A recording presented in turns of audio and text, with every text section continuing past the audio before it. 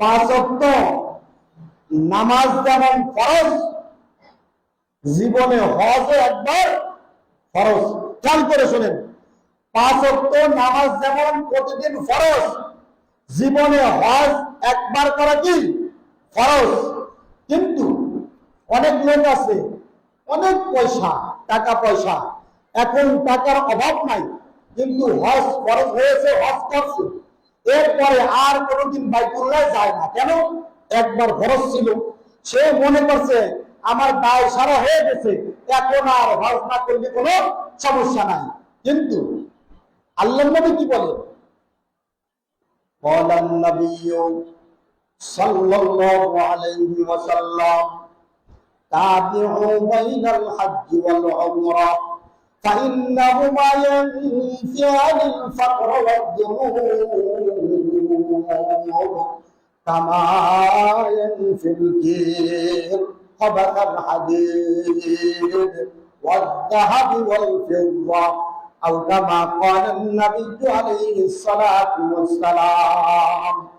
নবী করিম সাল্লাল্লাহু আলাইহি ওয়াসাল্লাম ইরশাদ করেন, তোমরা বারবার হজ এবং উমরা করো। তাবিউ বাইনাল হজ্জ ওয়াল উমরা, যাদের সামর্থ্য আছে তারা বারবার হজ করব, উমরা করব, ইনশাআল্লাহ করব। তো আল্লাহর সম্পদ আল্লাহর রাস্তায় দেব, কোনো সমস্যা নাই।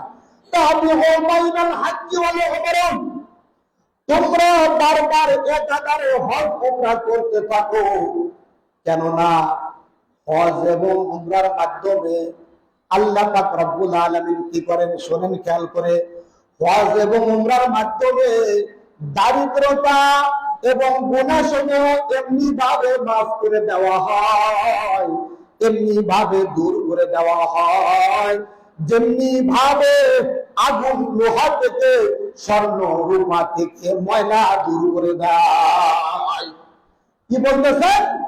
যে হজ এবং উমরার মাধ্যমে তোমার অভাবনাটন, দারিদ্রতা এবং গুনাহসমূহ এমন ভাবে তোমার থেকে দূর করে দেওয়া হবে, যেমনি ভাবে আগুন লোহা থেকে, স্বর্ণ রূপা থেকে কি করে দেয়, ময়লা সমূহ দূর করে দেয়, জংগুলো দূর করে দেয়, এমনি ভাবে তোমার থেকেও কি হবে, দারিদ্রতা, অভাবনাটন এবং গুনাহসমূহ দূর করে দেবে। তাহলে আমারও যদি আল্লাহ সম্পদ দেয়, আমি বারবার হজ উমরা করতে পারবো ইনশাআল্লাহ, ইনশাআল্লাহ। আর হজটা হইতে হবে কার জন্য? মান হাজ্জা লিল্লাহ, হজ হইতে হবে আল্লাহর জন্য।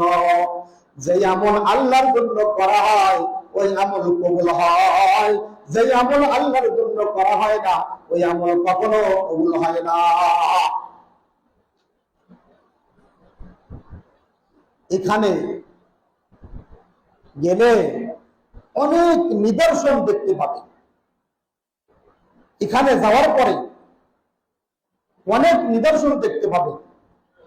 তার ভিতরে আল্লাহ পাক রব্বুল আলামিন একটা নিদর্শনের কথা কোরআনে পাকের ভিতরে কি করছেন, আপনার সুন্দরভাবে প্রকাশ করেছেন।